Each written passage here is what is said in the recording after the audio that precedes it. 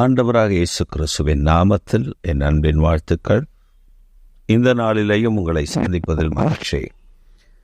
இன்றைக்கு ஆண்டவர் நமக்கு தந்திருக்கிற ஒரு வார்த்தை எபேசியர் நிருபம் 3வது அதிகாரம் 20வது வசனம். நாம் வேண்டிக் கொள்கிறதற்கும் நினைக்கிறதற்கும் மிகவும் அதிகமாய் நமக்குள்ளே கிரியை செய்கிற வல்லமையின்படியே.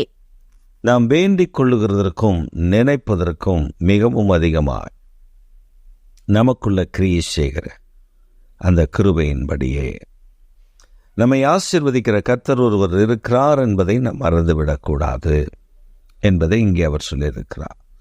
நாம் வேண்டிக் கொள்ளுகிறதற்கும் நினைப்பதற்கும் அதிகமாய், மிகவும் அதிகமாய் நாம் ஒரு காரியத்தை குறித்து வேண்டிக் கொள்ளுவோம், நாம் ஒரு காரியத்தை குறித்து நினைப்போம், நாம் ஒரு காரியத்திற்காக ஜெபிப்போம், நாம் ஒரு காரியத்தை குறித்து ஆண்டவருடைய சமூகத்தில் ஆண்டவரே எங்களுக்கு இதை கிடைக்க பண்ணும், இதை வாய்க்க பண்ணும், இதில் எங்களுக்கு ஒரு அற்புதம் நடக்கும் என்று சொல்லி கேட்போம். அதில் வேதம் சொல்லுகிறது, நாம் கேட்பதற்கும் நினைப்பதற்கும் மிகவும் அதிகமாய் அதிகமாய் அதிகமாய். இதுதான் தேவன் நமக்கு தரக்கூடிய கிருபை. சிலர் சொல்லுவாங்க, ஆண்டவருடைய ஆலயத்தில் ஆண்டவருக்காக இந்த காரியத்தை நான் செய்யும் பொழுது அது எனக்கு 100 மடங்கு 10 மடங்கு 20 மடங்கு 50 மடங்கு எனக்கு திரும்ப கிடைச்சிரும் அப்படின்னு. அந்த எண்ணத்தில் அல்ல. என் ஜெபத்தை நான் உண்மையாய் நான் ஜெபிக்கும் பொழுது என் ஜெபத்தை கர்த்தர் கேட்கிறார், அதுதான் உண்மை. நான் உண்மையாக கொடுக்கும் பொழுது ஆண்டவர் அதை அங்கீகரிக்கிறார், அதுதான் உண்மை. இந்த வலது கைக்கு கொடுக்கறது இடது கைக்கு தெரியக்கூடாது என்று சொல்லுகிறார்களே, அதுதான் உண்மை.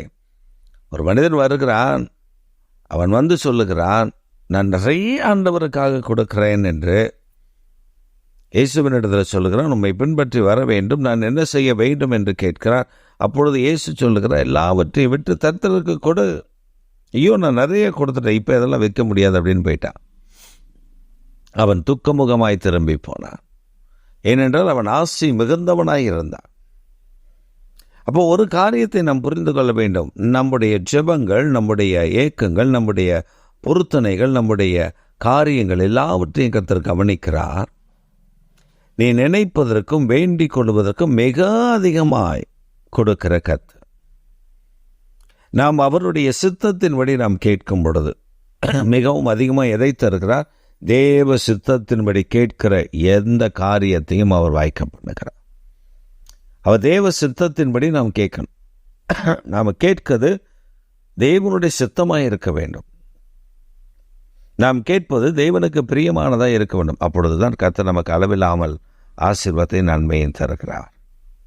எங்கள் சர்வ வல்லமுள்ள தேவனை எங்கள் பிதாவே, இன்றைக்கு உடைய ஜெபங்கள், உடைய பிள்ளைகளுடைய ஜெபங்களை கர்த்தர் கேட்டு அவர்கள் வேண்டிக் கொள்வதற்கும் நினைப்பதற்கும் அதிகமான நன்மைகளை நீரவர்களுக்கு கட்டளையிட்டு உங்கள் சித்தத்தின்படி அவர்கள் ஜெபிக்க, உங்கள் சித்தத்தின்படி அவர்கள் கேட்க கர்த்தர் கற்றுக் கொடுக்கும்படி நாங்கள் ஜெபிக்கிறோம். அவர்கள் கேட்பது உமக்கு சித்தமாய் உம்முடைய சித்தத்திற்குரியதை உமக்கு பிரியமுள்ளதாய் காணப்பட கர்த்தர் உதவி செய்யும். கிருபை சூழ்ந்து கொள்ளப்படும். இயேசுவின் நாமத்தில் ஜெபிக்கிறோம் பிதாவே. ஆமென். ஆமென்.